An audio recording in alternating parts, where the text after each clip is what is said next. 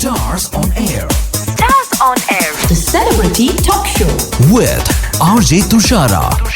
Radio Malayalam 98.6 ഇത് stars on എയറിന്റെ ടൈമാണ്. കൂടെയുള്ളത് RJ തുഷാരയാണ്. ഇന്ന് നമ്മുടെ കൂടെ ജോയിൻ ചെയ്തിരിക്കുന്ന സ്പെഷ്യൽ ഗസ്റ്റിന്റെ വോയിസ് തന്നെയാണ് ഏറ്റവും ബ്യൂട്ടിഫുൾ ആയിട്ടുള്ളത്. നമ്മളൊരു സിനിമ കാണുന്ന സമയത്ത് അതിലെ ഡയലോഗ്സ് ഏറ്റവും പവർഫുൾ ആയിട്ടുള്ള ഒരു വോയിസിൽ ഒരു ആക്ടർ ഡെലിവറി ചെയ്യുമ്പോൾ കിട്ടുന്ന ഒരു ഇമ്പാക്ട്, ഒരു സ്വീറ്റ് ആയിട്ടുള്ള റൊമാൻറ്റിക് ആയിട്ടുള്ള ഡയലോഗ് ഡെലിവറി ചെയ്യുന്ന സമയത്ത് നമുക്ക് കിട്ടുന്ന ആ ഒരു റൊമാൻറ്റിഫിക്കേഷൻ ഉൾപ്പെടെ നമ്മളെ കരയിപ്പിക്കാൻ വരെ ഒരു ഡയലോഗ് ഡെലിവറി ആൻഡ് വോയിസ് മോഡുലേഷന് പറ്റും. ഇന്ന് നമ്മുടെ കൂടെ ജോയിൻ ചെയ്തിരിക്കുന്നത് ഒരു ലെജൻഡ് തന്നെയാണ്. Very very warm welcome to radio Malayalam 98.6. Sreeja രവിയാണ് നമ്മുടെ കൂടെ ഇന്ന് ജോയിൻ ചെയ്തിരിക്കുന്നത്. നമസ്കാരം തുഷാര ചേച്ചി.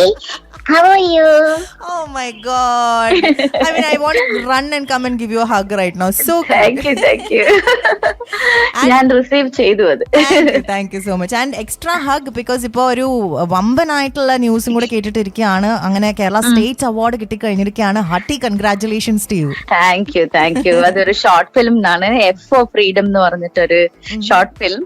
I didn't expect at all. അതായത് ഇങ്ങനെ ഒരു കാറ്റഗറിക്ക് ഷോർട്ട് ഫിലിംസിനൊക്കെ അവാർഡ് ഉണ്ട് എന്ന് തന്നെ എനിക്ക് ഡയറക്ടർ അർജുൻ വിളിച്ച് പറഞ്ഞപ്പോഴാണ് അറിഞ്ഞത്. റിയ ആൻഡ് അർജുൻ രണ്ടുപേരും കൂടെ ഡയറക്ട് ചെയ്ത ഒരു ഫിലിമാണ്. So even I'm happy and excited. That's so nice. ആ ഒരു വാർത്ത അറിഞ്ഞപ്പോൾ ഉണ്ടായിരുന്ന ഫസ്റ്റ് റിയാക്ഷൻ എന്തായിരുന്നു? First reaction I was really എന്താ പറയാ, എന്താ പറയുന്നത്, അവാർഡോ എനിക്കോ എന്തിന് ബിക്കോസ് സ്റ്റേറ്റ് അവാർഡൊക്കെ ഡബിങ് ഫിലിംസിന് നേരത്തെ കഴിഞ്ഞല്ലോ. അതിലും ഞാൻ ഡബ് ചെയ്ത ഫിലിംസ് ഒക്കെ ഉണ്ടായിരുന്നു, പക്ഷെ അതിനൊന്നും ഉണ്ടായിരുന്നില്ല. എന്താണ് ഏതാണെന്ന് അറിയാത്ത ഒരു ഇതായിരുന്നു. അതെ, ഞെട്ടി മമ്മയായി. അപ്പോ അവര് പറഞ്ഞു അവരുടെ എഫ് ഓ ഫ്രീഡമിനും ബെസ്റ്റ് ഡയറക്ടറിനും സ്ക്രിപ്റ്റ് റൈറ്റിംഗിനും അങ്ങനെ എന്തോ ഉണ്ടെന്ന് പറഞ്ഞു. I was so happy. കാരണം അത് ഒരുപാട് നാളുകൾ അവർ എനിക്ക് വേണ്ടി വെയിറ്റ് ചെയ്ത് ഞാൻ തന്നെ ചെയ്യണമെന്ന് നിർബന്ധം പിടിച്ചിട്ട് വെയിറ്റ് ചെയ്ത് എടുത്ത ഒരു സംഭവമാണ്. Actually I was suggesting other dubbing artist who are in Cochin.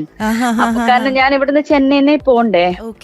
അപ്പൊ അവര് പറഞ്ഞു ഇല്ല ചേച്ചി, എപ്പോ ചെന്നൈന്ന് വരുന്നു അപ്പൊ ഞങ്ങൾ ചെയ്തോളാന്ന് പറഞ്ഞു. അങ്ങനെ വെയിറ്റ് ചെയ്ത് പാവങ്ങള് waited and finally maybe it's all destined. ഇതുപോലെ നടക്കണം എന്നായിരിക്കും.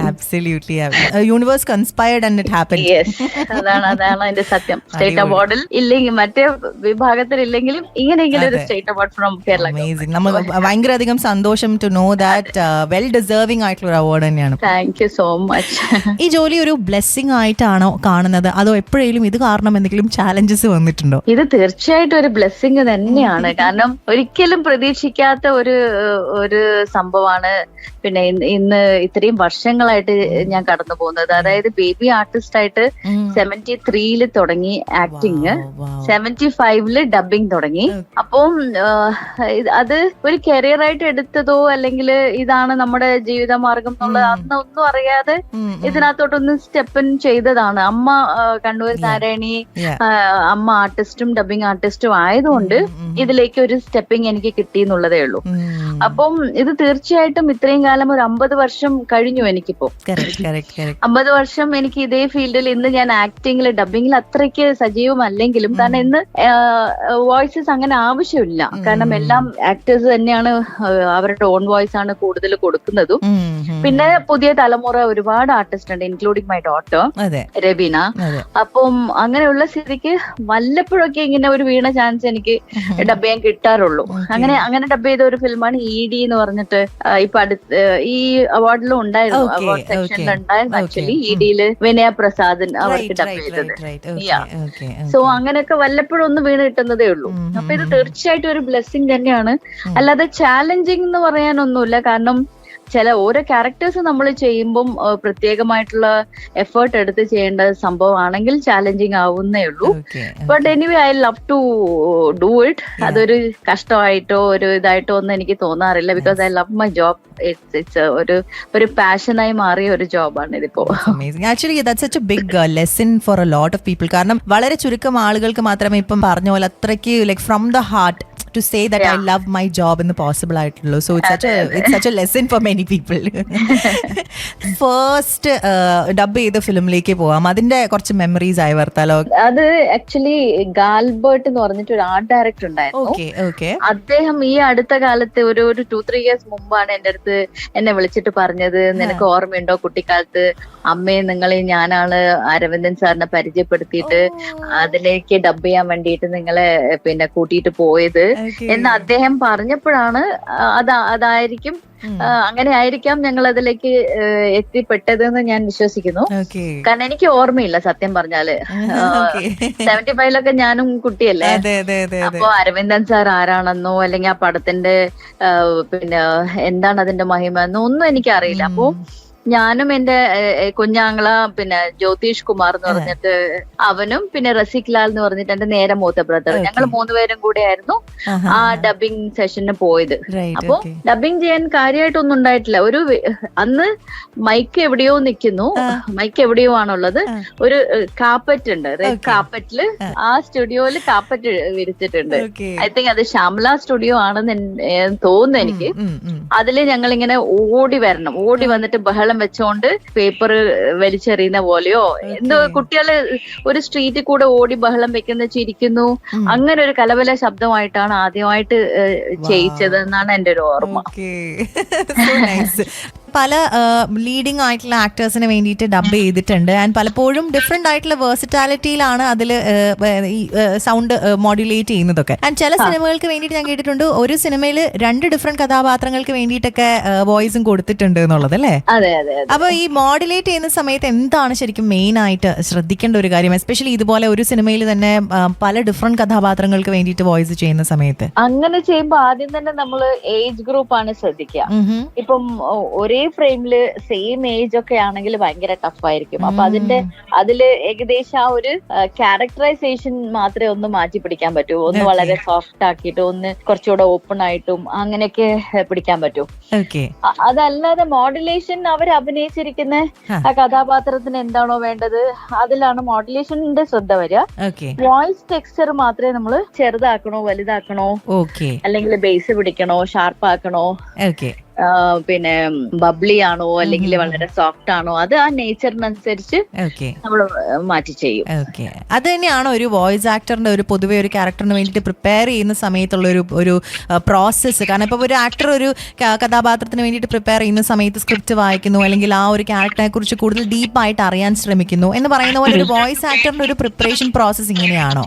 വോയിസ് ആക്ടറിന് സത്യം പറഞ്ഞ പ്രിപ്പറേഷൻ ഒന്നും നമ്മളൊന്നും ഡബിങ് സ്റ്റുഡിയോയിൽ പോകുമ്പോഴാണ് അത് എന്താ ക്യാരക്ടർ എന്താണ് നമ്മൾ ആർക്കാ ചെയ്യേണ്ടത് എന്നൊക്കെ നമുക്ക് പിന്നെ വ്യക്തത വരുന്നത് നമ്മൾ സ്ക്രീനിൽ കാണുമ്പോഴാണ് അവിടെ പോയിട്ട്. അല്ലാതെ പ്രിപ്പറേഷൻ ഒന്നും അങ്ങനെ ചെയ്യാൻ പറ്റില്ല. കാരണം ഞാൻ ഓർക്കുന്ന ഒരു പടം അനിൽ ഡയറക്ടർ ചെയ്ത പടം, അനിൽ ബാബു എന്ന് പറയുന്ന അനിലേട്ടനല്ലേ, പുള്ളി ഡയറക്ട് ചെയ്ത ഒരു പടം നമ്മളെ സമൃദ്ധ സുനിൽ അഭിനയിച്ച പടമാണ്. അവർക്ക് സാധാരണ ഓൺ വോയിസ് ആണ്. ഞാനും അത് ചോദിച്ചിരുന്നു എന്നെ ഡബ് ചെയ്യാൻ വിളിച്ചപ്പോ. അപ്പൊ ഞാൻ ചോദിച്ചപ്പോ പറഞ്ഞു അല്ല സമൃദ്ധ അതിൽ ഭയങ്കര ബോൾഡ് ആയിട്ടാ പറഞ്ഞിരിക്കുന്നത്, എനിക്ക് അങ്ങനെ വേണ്ട, സോഫ്റ്റ് ആയിട്ടാണ് വേണ്ടത് എന്ന് പറഞ്ഞ് ഞാൻ വളരെ സോഫ്റ്റ് ആയിട്ട് മാറ്റി പിടിച്ചാണ് അത് ഡബ് ചെയ്തത്. അപ്പൊ അങ്ങനെ ഒരു കഥാപാത്രത്തിന് എന്താണ് ആ നേച്ചർ വേണ്ടത്, എന്താണ് ആ ഡയറക്ടറുടെ ഒരു കോൺസെപ്റ്റിലുള്ള ക്യാരക്ടർ എന്ന് വെച്ചാല് അതിനനുസരിച്ച് നമ്മളൊന്ന് വോയിസ് മോഡുലേഷനിൽ പിടിക്കും. അഞ്ചിൽ ഒരാൾ അർജുനൻ അതാണോ? കറക്റ്റ്, അതാണ്. അപ്പൊ അങ്ങനെയാണ് അതിന്റെ ഒരു പ്രോസസ്സ്. ബഡ്ഡിംഗ് ആയിട്ട് വരുന്ന ഡബിംഗ് ആർട്ടിസ്റ്റുകൾക്ക് വേണ്ടിയിട്ടുള്ള ഒരു ഇമ്പോർട്ടന്റ് ആയിട്ടുള്ള ടിപ്പ് അല്ലെങ്കിൽ ഒരു പീസ് ഓഫ് അഡ്വൈസ് എന്തായിരിക്കും? അതായത് ഇന്നത്തെ കാലത്ത് കുട്ടികള്, ന്യൂ ജനറേഷൻ കുട്ടികൾ ഭയങ്കര ടാലന്റഡ് ആണ്. അത് എന്താ പറയാ, പണ്ടൊക്കെ പിന്നെ അത്രയും ടാലൻസ് ചെറിയ മക്കളിൽ പോലും കാണാൻ വളരെ റെയർ ആയിട്ട് നമ്മൾ കാണാറുള്ളൂ. പക്ഷെ ഇന്ന് നമ്മൾ ഈ സോഷ്യൽ മീഡിയ ഇത്രയും പോപ്പുലർ ആയതുകൊണ്ട് അതിലൂടെ നമുക്ക് 2 വയസ്സുള്ള കുട്ടി, 3 വയസ്സുള്ള കുട്ടി തൊട്ട് വയസ്സി അമ്മമാരോ അല്ലെങ്കിൽ പിന്നെ വയസ്സായ ആളുകൾ വരെ ഭയങ്കരമായിട്ട് ടാലന്റ് പിന്നെ പ്രൊജക്ട് ചെയ്യുന്ന നമ്മൾ കണ്ടിട്ടുണ്ട്. അപ്പൊ ഈ പുതിയ ഡബിംഗ് ആർട്ടിസ്റ്റുകൾക്ക് അവരുടെ ടാലന്റ് ഓഫ് കോഴ്സ് അവരുടെ അതൊരു ഇൻബോൺ നേച്ചറാണ്. അത് കൂടുതൽ ഡെവലപ്പ് ചെയ്യാൻ വേണ്ടി അവർക്ക് കുറെ നല്ല നല്ല സിനിമകൾ കാണാം, പല ആക്ടേഴ്സിന്റെ വോയിസ് മോഡുലേഷൻസ് ശ്രദ്ധിക്കാം. പിന്നെ എന്ത് പറയുമ്പോഴാണ് ഇമ്പാക്ട് തോന്നിക്കുന്നത് ഓരോ ആക്ടേഴ്സും. ഡബിങ് ആർട്ടിസ്റ്റുകളെ മാത്രം ഫോളോ ചെയ്യണമെന്നില്ല, നല്ല നല്ല പ്രൂവൻ ആക്ട്രസസിന്റെ വോയിസസും അവര് ഡബ് ചെയ്തിരിക്കുന്ന വിധവും ആക്ട് ചെയ്തിരിക്കുന്നതായിട്ട് ജെല്ല് ചെയ്തിട്ട് അതെങ്ങനെ അവർ ചെയ്തിരിക്കുന്നതെന്ന് ഒബ്സർവ് ചെയ്യാം. നല്ല പേഷ്യന്റ് ആയിരിക്കണം. അതായത് നമുക്കെല്ലാം അറിയാം എന്നുള്ള ഭാവത്തിൽ അവിടെ മൈക്കിന് മുമ്പിൽ പോയി ഒരിക്കലും നിൽക്കരുത്. ഓരോ പടവും നമുക്കൊരു പുതിയ ഒരു അനുഭവമാണ്, പുതിയ പാഠമാണ്. ആ ഡയറക്ടറുടെ ഒരു കുഞ്ഞാണ് ആ പടം. അപ്പൊ അവർക്ക് എന്ത് വേണോ ആ രീതിയിൽ നമ്മള് 1 അല്ല 10 ടേക്കില് നമ്മൾ ചിലപ്പം ചെയ്യേണ്ടി വരും. 10 മോഡുലേഷൻസിൽ ഡിഫറെന്റ് ആയിട്ട് അവർക്ക് കൊടുക്കേണ്ടി വരും, അവർക്ക് അതിൽ നിന്ന് ചൂസ് ചെയ്യാൻ വേണ്ടി. അപ്പൊ അതിനുള്ള പേഷ്യൻസും ഈ ജോലി നമ്മൾ ഇഷ്ടപ്പെടണം. നമ്മള് അതിനെ സ്നേഹിച്ച് നമ്മളത് ഇൻവോൾവ് ചെയ്ത് സമയം നോക്കരുത്. ചിലവര് വിളിക്കുമ്പോ തന്നെ, ഞാനിവിടെ തമിഴ്നാട്ടിലും കൂടെ ഡബ് ചെയ്യുന്നതുകൊണ്ട് എനിക്ക് അറിയുന്ന കാര്യമാണ്. നമ്മൾ ചിലപ്പോ ഇപ്പൊ ഞാൻ ഡബിങ് ഡയറക്ഷൻ ഒക്കെ ചെയ്യുമ്പോൾ ആർട്ടിസ്റ്റുകളെ വിളിക്കുമ്പോൾ അവർ ചോദിക്കുമ്പോ എത്ര നേരം എടുക്കും? അപ്പൊ ഞാൻ പറയാം, അത് എനിക്ക് പറയാൻ പറ്റില്ല, നിങ്ങൾ എത്ര നേരം എടുക്കും എന്നുള്ളത്. എനിക്ക് കറക്റ്റ് ആയിട്ട് വേണ്ടുന്നത് തന്നാൽ ഞാൻ ഉടനെ വിടും, അല്ലെങ്കിൽ സമയം എനിക്ക് പറയാൻ പറ്റാണ്. അപ്പം അങ്ങനെയുള്ള ഓടാനുള്ള ടെൻഡൻസിയിലാണ് പല ഡബിങ് ആർട്ടിസ്റ്റുകളും ഇരുന്നുള്ളത്. കാരണം they have lot of work. എല്ലായിടത്തും അവർക്കൊന്ന് മീറ്റർ ഇട്ടിട്ട് ഓടണം എന്നുള്ള ഒരു ടെൻഡൻസി മാത്രമല്ലാതെ നമുക്ക് വേണം, നമ്മുടെ ഒരു ജോബാണ്, നമ്മള് ഏൺ ചെയ്യാൻ വേണ്ടിയിട്ടാണ് ഇത് ചെയ്യുന്നത്, എല്ലാം സത്യമാണ്. പക്ഷെ എന്നാലും ആ ചെയ്യുന്ന ജോലി നല്ല രീതിയിൽ നമുക്ക് നല്ല പേര് കിട്ടുന്ന രീതിയിൽ ആ ക്യാരക്ടറിന് ഒരു ഫുൾഫിൽമെന്റ് എത്തുന്ന രീതിയിൽ നമ്മൾ ഡബ് ചെയ്യാനുള്ള മാനസികാവസ്ഥ നമുക്ക് ആദ്യവും ഉണ്ടാവണം. അതൊരു പാഷനായിട്ടും അതൊരു ഇഷ്ടത്തോടു കൂടി സ്നേഹിച്ച് ചെയ്താൽ നമുക്ക് അതിന് പൂർണ്ണതയിൽ എത്തിക്കാൻ പറ്റും. ഓക്കെ, ഓൾറൈറ്റ്, അടിപൊളി. ഈ മകൾ രവീണയ്ക്ക് കൊടുത്ത ഫസ്റ്റ് ഡബിങ് അഡ്വൈസും ഇത് തന്നെയായിരുന്നോ? തീർച്ചയായിട്ടും ഇത് തന്നെയാണ്, വേറെ ഒന്നുമല്ല. സെയിം ഇത് തന്നെയാണ്. കാരണം ഇന്നത്തെ കാലത്ത് കുട്ടികൾക്ക് പേഷ്യൻസ് ഉണ്ടാവില്ല. അതൊന്നും ഞാൻ കറക്റ്റ് ആയിട്ടാണല്ലോ പറഞ്ഞത്. എന്തിനാണ് 1 more എന്നുള്ളത് അങ്ങോട്ട് ചോദിക്കാനുള്ള ഒരു ടെൻഡൻസി വരും. അവർക്ക് ചോദിച്ച് മനസ്സിലാക്കാം എന്താ വേണ്ടത്, എങ്ങനെ വേണം എന്നുള്ള ചോദിക്കാം. പക്ഷെ അത് ശരിയാണല്ലോ എന്നുള്ള അവരുടെ മനസ്സിൽ തോന്നരുത്. കാരണം ഡയറക്ടർക്ക് വേണ്ടത് എന്താണോ അവരുടെ ശരിയാണ് നമ്മുടെ ശരിയാവേണ്ടത്. കാരണം അത് അവരുടെ ക്യാരക്ടറാണ്. നമ്മൾ അവിടെ ആ ക്യാരക്ടറിന് ജീവൻ കൊടുക്കാൻ വേണ്ടി നിൽക്കുന്ന ഒരു എന്താ പറയാ, ഒരു ജോലിയാണ് നമ്മൾ ചെയ്യുന്നത്. ആ ജോലിയിൽ ആത്മാർത്ഥത വേണം, അത്രേ ഉള്ളൂ. 50ഓളം വർഷങ്ങളായിട്ട് നേരത്തെ പറഞ്ഞ പോലെ ഈ ഒരു ഇൻഡസ്ട്രിയിലുണ്ട്. ഒരു ബിഗ് പാർട്ടാണ് of Malayalam film industry. Malayalam film ഇൻഡസ്ട്രിയെ കുറിച്ച് തന്നെ പറയാം. എത്രത്തോളമാണ് ഈ ഒരു ഇൻഡസ്ട്രി മാറിയിട്ടുള്ളത്? ആ ഒരു ചേഞ്ചുകളൊക്കെ മാം കണ്ടിട്ടുള്ളതാണ്. How much has it changed over the years? അതായത് ഡബിങ്ങിലാണെങ്കിലും ആക്ടിങ്ങിലാണെങ്കിലും എന്താണെങ്കിലും industry has changed a lot, change for good എന്ന് തന്നെ പറയാം. പണ്ടൊക്കെ നമ്മൾ ലൂപ്പ് സിസ്റ്റത്തിലാണ് ഡബ് ചെയ്യുക. ഒരു സീനോ അല്ലെ ഒരു സീൻ എന്നുള്ളത് ചിലപ്പോൾ വളരെ ലെങ്തി സീൻ ആണെങ്കിൽ അതൊരു പകുതിയായിട്ട് ലൂപ്പ് സിസ്റ്റം ആക്കിയിട്ട് കട്ട് ചെയ്തിട്ട് ടേപ്പിലാണ് അന്നത്തെ ഡബിങ്. അപ്പോ എല്ലാ കോമ്പിനേഷൻ ആർട്ടിസ്റ്റും ചേർന്നിട്ടാണ് നമ്മൾ ഡബ് ചെയ്തുകൊണ്ടിരുന്നത്. ഈവൻ മമ്മൂക്കയായിട്ടും ലാലേട്ടനാണെങ്കിലും എല്ലാ ആക്ടേഴ്സിന്റെ കൂടെയും ഡബിങ് ആർട്ടിസ്റ്റുകളെല്ലാം ഞങ്ങൾ നിന്നിട്ട് 2-3 മൈക്കിൽ നിന്നിട്ട് ഡബ് ചെയ്തിട്ടുള്ള ഒരു കാലഘട്ടം ഉണ്ടായിരുന്നു. അപ്പോ ആ സമയത്ത് നമുക്ക് ഇൻസ്റ്റന്റ് ആയിട്ട് ആ ഒരു റിയാക്ഷൻസും ആക്ഷൻസും കറക്റ്റ് ആയിട്ട് വളരെ ലൈവ്ലി ആയിട്ട് ചെയ്യാൻ പറ്റുമായിരുന്നു. വലിയ സ്ക്രീനാണ് അന്ന്, സിനിമ തിയേറ്ററിൽ കാണുന്ന പോലത്തെ സ്ക്രീനിലാണ് നമ്മൾ നോക്കി ഡബ് ചെയ്യുന്നത്. സോ ആ ഒരു ഫുൾ ഇൻവോൾവ്മെന്റ് കിട്ടുമായിരുന്നു അന്ന്. അങ്ങനെ ആ ഒരു പ്ലസ്സും ഉണ്ട്. പിന്നെ റിപ്പീറ്റ് ചെയ്ത് നമ്മളിപ്പോ ഒരാൾ തെറ്റിച്ചാലും വീണ്ടും ഡബ് ചെയ്യണല്ലോ എന്നുള്ള ഒരു ഡ്രോബാക്കും ഉണ്ട് അന്ന്. പക്ഷെ അത് അങ്ങനെയാണ് അന്ന് സിസ്റ്റം. അതുകൊണ്ട് അതൊരു ഡ്രോബാക്ക് ആയിട്ടോ ഒരു കഷ്ടമായിട്ടോ ഒരു വിഷമായിട്ടൊന്നും ആർക്കും തോന്നിയിട്ടുണ്ടാവില്ല, എനിക്കും തോന്നിയിട്ടില്ല. കാരണം അത് അങ്ങനെയാണ് അന്നത്തെ സിസ്റ്റം. പിന്നീട് ഒരു സമയം കഴിഞ്ഞപ്പോ ഈ ട്രാക്ക് സിസ്റ്റം ഡിജിറ്റലൈസ് ചെയ്ത് വന്നപ്പോ ഓരോരുത്തർക്കും അവരവരുടെ ഇഷ്ടത്തിനും സമയത്തിനും നോക്കിയിട്ട് നമുക്ക് ട്രാക്കിൽ നമ്മുടെ വോയിസ് മാത്രം ഡബ് ചെയ്ത് പോകാം. ഹെഡ്ഫോണിൽ പൈലറ്റ് ട്രാക്ക് എടുത്ത് മറ്റുള്ള കോമ്പിനേഷൻ ആർട്ടിസ്റ്റ് പറയുന്നത് കേട്ടിട്ട് നമുക്ക് നമ്മുടെ പോർഷൻ മാത്രം ഡബ് ചെയ്ത് പോകാം. അത് ഒരു പരിധി വരെ നമുക്ക് അതിന്റെ ഒരു ഇൻവോൾവ്മെന്റ് കൊടുക്കാൻ പറ്റും. Unless you are experienced. Correct. കാരണം ആ അടുത്ത ആള് പറയുന്നത് നമ്മൾ ചെവിയിൽ ഇങ്ങനെ ജസ്റ്റ് കേട്ടിട്ട് ആണ് നമ്മൾ ഈ റിയാക്ഷൻ കൊടുക്കുന്നത്. അപ്പോ അതുപോലെ ഇന്നത്തെ വലിയ സ്ക്രീനൊക്കെ വളരെ ചുരുക്കം സ്റ്റുഡിയോസിൽ മാത്രമേ വലിയ സ്ക്രീൻ നോക്കി ഡബ് ചെയ്യുന്നതുള്ളൂ. ബാക്കിയെല്ലാം TV റേഞ്ചിലേക്ക് മാറി. അപ്പൊ ആ TV നോക്കി ഡബ് ചെയ്യുമ്പോൾ ഉള്ള ഒരു ബുദ്ധിമുട്ട്, അതിന്റെ ഒരു ഇത് ഞങ്ങളെ പോലുള്ള ഞങ്ങൾ പ്രാക്ടീസ് ചെയ്ത് വന്ന് ഞങ്ങൾക്കൊക്കെ ഭയങ്കര ഒരു വിഷമാണ്. പക്ഷെ ഇന്ന് പുതിയതായിട്ട് ചെയ്യുന്നവർക്ക് അത് ഓക്കെ ആയിരിക്കും. കാരണം അവർ ഇതാണ് കാണുന്നത്, ഇവർ ഇത് മാത്രമേ അവർ കണ്ടിട്ടുള്ളൂ. ഇന്ന് ഡബ് ചെയ്യുന്ന കുട്ടികൾക്ക് വളരെ ഈസിയാണ്. കാരണം 4 ലൈനൊന്നും ഒരുമിച്ച് പറയേണ്ട ഒരു സിറ്റുവേഷൻ വരില്ല. They don't have to by heart so much. അത്രയും മെന്റൽ സ്ട്രെയിൻ എടുക്കേണ്ട ആവശ്യം വരുന്നില്ല. കാരണം ഇപ്പൊ 4 ലൈൻ പറയാൻ പ്രാപ്തിയുള്ള ഒരു ആർട്ടിസ്റ്റ് ആണെങ്കിൽ 4 ലൈൻ പറഞ്ഞിട്ട് ഒരു ലൈൻ മിഡിലുള്ള ഒരു ലൈൻ ശരിയില്ല, അതൊന്നുകൂടെ ബെറ്റർ ആക്കണം, മോഡുലേഷൻ തോന്നിയാൽ അത് മാത്രം പഞ്ച് ചെയ്തെടുക്കാം. Or even A word for example, ഒരു വേർഡ് എടുക്കാം, ഒരു മൂളൽ എടുക്കാം, ഒരു തുമ്മല് മാത്രമായിട്ട് എടുക്കാം. അങ്ങനെയൊക്കെ ഇന്ന് അത് അത്രയ്ക്കും മാറി, അത്രയ്ക്കും അഡ്വാൻസ്ഡ് ആയി. So in one way that is easy. അതെ, പോസിബിലിറ്റീസ് കൂടി. പിന്നെ ഇൻഡസ്ട്രി എന്ന് പറയുമ്പോൾ പണ്ട് നമ്മളൊക്കെ വളരെ അച്ചടി ഭാഷയിലുള്ള ഒരു ഡയലോഗ് ഡെലിവറിയും ആക്ടിങ്ങും എല്ലാത്തിലും കുറച്ച് ഡ്രാമ ഉള്ള ഒരു കാലഘട്ടം ഉണ്ടായിരുന്നു കുറച്ച് വർഷങ്ങൾക്ക് മുൻപ്. 80s 90s കൂടുതൽ അങ്ങനെ ഉള്ള പടങ്ങൾ ഉണ്ടായിട്ടുണ്ട്. പക്ഷെ ഇന്ന് നമ്മൾ കാണുന്നത് മൊത്തത്തിൽ ഭയങ്കര ലൈവ്ലി ആയിട്ട്, ഭയങ്കര എന്താ പറയാ, കാഷ്വൽ ആയിട്ട് നമ്മള് ചിലപ്പോ ശ്രദ്ധിച്ചു കേട്ടാലേ എന്താ പറഞ്ഞിരിക്കുന്നത് 1-2 പ്രാവശ്യം ശ്രദ്ധിച്ചാലേ മനസ്സിലാവും. അത്രയ്ക്കും കാഷ്വൽ ആയിട്ടാണ് ഇന്നത്തെ ഡയലോഗ് ഡെലിവറി. അപ്പോ അത് വളരെ റോ ആയിട്ട് ഫീൽ ചെയ്യും, നല്ലതുമാണ് കേൾക്കാനും. അവരുടെ അഭിനയ ശൈലി എല്ലാം തന്നെ ഇൻഡസ്ട്രി മൊത്തത്തില് വളരെ വളരെ അന്ന് പഠിക്കാത്ത ആൾക്കാർ എത്രയോ ഇൻഡസ്ട്രിയിൽ ഉറച്ചു നിന്നിട്ടുണ്ട്. പക്ഷെ ഇന്ന് പഠിച്ച ആൾക്കാരും, അന്ന് സിനിമ എന്ന് പറയുമ്പോൾ ഒരു പേടി ഉണ്ടായിരുന്നു എല്ലാവർക്കും. അയ്യോ സിനിമ ഫീൽഡ് മോശമാണ്, സിനിമ വേണ്ട, നമ്മൾ പഠിച്ച് വലിയ വേറെ രീതിയിലാവണം, ഡോക്ടർ ആവണം, എഞ്ചിനീയർ ആവണം എന്ന് മാത്രമേ ഓരോ ഫാമിലിക്ക് ഉണ്ടാവും. ഇന്ന് പഠിച്ച ആൾക്കാര് ഡോക്ടേഴ്സ് ആണെങ്കിലും എഞ്ചിനീയേഴ്സ് ആണെങ്കിലും അഡ്വക്കേറ്റ്സ് ആണെങ്കിലും എല്ലാവരും എത്രയോ ഹൈ ക്വാളിഫൈഡ് ആൾക്കാർ ഇന്ന് സിനിമയില് പല പല മേഖലകളിൽ ഷൈൻ ചെയ്ത് നിൽക്കുന്നുണ്ട്.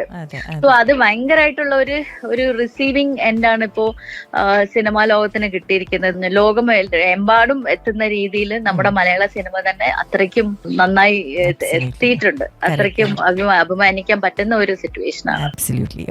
സിനിമയെ കുറിച്ച് പറയുന്ന സമയത്ത് അഭിനയത്തിനെ കുറിച്ചും കൂടെ പറയണം. കുറച്ചധികം കഥാപാത്രങ്ങൾ ചെയ്തിട്ടുണ്ടെങ്കിലും എനിക്ക് തോന്നുന്നു എല്ലാവരും ഏറ്റവും കൂടുതൽ എടുത്ത് ചോദിക്കുന്നത്, ഒന്ന് കഠിന കടോരത്തിലെ നബീസ എന്ന ആ കഥാപാത്രവും, രണ്ടാമത് ഭരതനാട്യത്തിലെ രുക്മിണി എന്ന് പറയുന്ന ഈ ഒരു കഥാപാത്രം തന്നെയായിരിക്കും അല്ലെ ഏറ്റവും കൂടുതൽ എനിക്ക് തോന്നുന്ന ചോദ്യങ്ങൾ വന്നിട്ടുള്ളതും ഈ 2 കഥാപാത്രങ്ങളെ കുറിച്ച് തന്നെയായിരിക്കും. അതെ, കാരണം അത് നല്ലൊരു ഇമോഷണൽ ആയിട്ട് ടച്ച് ചെയ്യുന്ന ചില സിറ്റുവേഷൻസ് ഉള്ള കഥാപാത്രമാണ് രണ്ടും. രുക്മിണി ആണെങ്കിലും കഠിന കടോരത്തിലെ നബീസയാണെങ്കിലും രണ്ടും എനിക്ക് ഒരുപാട് ഇഷ്ടപ്പെട്ട കഥാപാത്രങ്ങളാണ്. How close to your heart are these 2 characters? Yes, very much. അത് കഠിന കടോരം പ്രത്യേകിച്ച്, കാരണം ആ കോവിഡ് സിറ്റുവേഷൻസും എന്റെ ഹസ്ബൻഡിന് എനിക്ക് നഷ്ടപ്പെട്ടത്, അങ്ങനെ അതെല്ലാം കൂടെ വെച്ച് അത് ഭയങ്കരമായിട്ട് എനിക്ക് റിലേറ്റ് ചെയ്ത് ഞാൻ വളരെ ഇൻവോൾവ് ചെയ്തൊരു പടമാണ് അത്. എനിക്ക് സത്യം പറഞ്ഞ ബേസിലിന്റെ കൂടെ ഒക്കെ അഭിനയിക്കുമ്പോൾ ഒരു ചെറിയ പേടിയുണ്ടായിരുന്നു. കാരണം ബേസിലൊക്കെ നല്ല നാച്ചുറൽ ആക്ടർ അല്ലേ. ഞാൻ ഡബിങ്ങിൽ ഇങ്ങനെ കുറച്ച് പടങ്ങൾ ചെയ്തിട്ടുണ്ട് എന്നല്ലാതെ അഭിനയത്തിലൊന്നും അങ്ങനെ നമ്മള് ഭയങ്കര ഒരു ആർട്ടിസ്റ്റ് ആയിട്ടൊന്നും തിളങ്ങിയിട്ടില്ലല്ലോ. അപ്പൊ എനിക്ക് ഞാൻ എന്നിട്ട് ബേസിന്റെ അടുത്ത് ഇരുന്ന് ചോദിച്ചിട്ടുണ്ട് ഒരു ഫ്രീ ടൈമിൽ, മോനെ എങ്ങനെയാണ് നമ്മളെ നാച്ചുറൽ ആയിട്ട് അഭിനയിക്കുക. അപ്പൊ എന്തുകൊണ്ടാന്ന് വെച്ചാല് ഫസ്റ്റ് ഷോട്ട് ഞാൻ അവരെടുത്തപ്പോ, മുഹാസിൻ ആണല്ലോ എന്റെ ഡയറക്ടർ, ഫസ്റ്റ് ഒരു കോമ്പിനേഷൻ സീൻ ആയിരുന്നു. പിന്നെ ബേസിലും വേറെ കുറച്ച് ആ നാട്ടുകാരും ഞാനും പിന്നെ എന്റെ മോളായിട്ട് അഭിനയിക്കുന്ന ബുഷറ എന്ന് പറഞ്ഞ ആ ക്യാരക്ടർ ചെയ്ത ആ കുട്ടിയും എല്ലാം കൂടെ ഉള്ള ഒരു കോമ്പിനേഷൻ ആയിരുന്നു. അപ്പൊ നമ്മള് എന്താ പറയാ ഡയലോഗ് പറയുമ്പം ഇവിടെ തമിഴ്നാട്ടിലെല്ലാം കുറച്ച് ഓവറായിട്ടാണ് നമ്മളെ എക്സ്പ്രഷൻസ് വരിക. ഞാൻ കൂടുതൽ തമിഴ് പടങ്ങളാണ് ചെയ്തിട്ടുള്ളത്. അപ്പൊ അത് ഞാൻ അങ്ങനെ ഫസ്റ്റ് ടേക്ക് എടുത്തപ്പോ, ടേക്കിലായിരുന്നു അല്ലെ മോണിറ്റർ ആണോന്ന് എനിക്ക് ഓർമ്മ കിട്ടുന്നില്ല, മുഹാഷിനും പിന്നെ ഹർഷദിക്കും വന്ന് പറഞ്ഞു, ചേച്ചി അത്രയ്ക്ക് എക്സ്പ്രസ് ചെയ്യണ്ട, കുറച്ച് സട്ടിലായിട്ട് മതി എന്ന് പറഞ്ഞു. അപ്പൊ എനിക്ക് തോന്നിയോ ഞാൻ കുറച്ച് ഓവറായിട്ടാണ് ചെയ്യുന്നത്. അപ്പൊ എനിക്ക് മനസ്സിലായി. ഞാൻ പിന്നെ ബേസിലായിട്ട് ഇരുന്നിട്ട് ഞാൻ സംസാരിച്ചു, മോനെ എങ്ങനെയാണിത്, ഞാൻ ചെയ്യുമ്പോ കൂടുതലായിട്ടുണ്ടോ എങ്ങനെയാണെന്നൊക്കെ പറഞ്ഞു. പറഞ്ഞു ചേച്ചി സാധാരണ പറയുന്ന പോലെ പറഞ്ഞാൽ മതി, ഒരു കുഴപ്പമില്ല എന്ന് പറഞ്ഞു. So sweet. കാരണം അവരൊക്കെ വളരെ എന്താ പറയാ വളരെ നാച്ചുറൽ ആയിട്ട് അഭിനയിക്കുന്ന കുട്ടികളല്ലേ. അപ്പൊ നമ്മൾ അവരുടെ നിന്നൊക്കെ കുറച്ച് ടിപ്സ് ഒക്കെ അങ്ങനെ എടുത്ത് തട്ടിലാക്കി. അടിപൊളി. ഇനി നമുക്ക് എന്തായാലും അപ്കമിംഗ് ആയിട്ടുള്ള പ്രോജക്റ്റുകളെ കുറിച്ചും കൂടെ സംസാരിച്ചാലോ? കറന്റ്ലി വർക്ക് ചെയ്തുകൊണ്ടിരിക്കുന്ന അല്ലെങ്കിൽ ഇനി വരാനിരിക്കുന്ന പ്രോജക്റ്റുകൾ എന്തൊക്കെയാണ്? ഇനി വരാനുള്ളത് ഇപ്പോ മലയാളത്തില് രുക്മിണിയുടെ സെക്കൻഡ് പാർട്ട്, ഭരതനാട്യത്തിന്റെ സെക്കൻഡ് പാർട്ട് മോഹിനിയാട്ടം. അതില് കുറച്ചുകൂടെ എനിക്ക് നല്ല ഇമ്പോർട്ടൻസ് ഉണ്ട്. ഈ ആദ്യത്തേനേക്കാളും കുറച്ചുകൂടെ ഉണ്ടാവും. കാരണം ഇത് എന്റെ നാട്ടിൽ വെച്ച് നടക്കുന്ന പോലെയാണ് ഇതിന്റെ ബാക്കി സബ്ജക്ട് വരുന്നത്.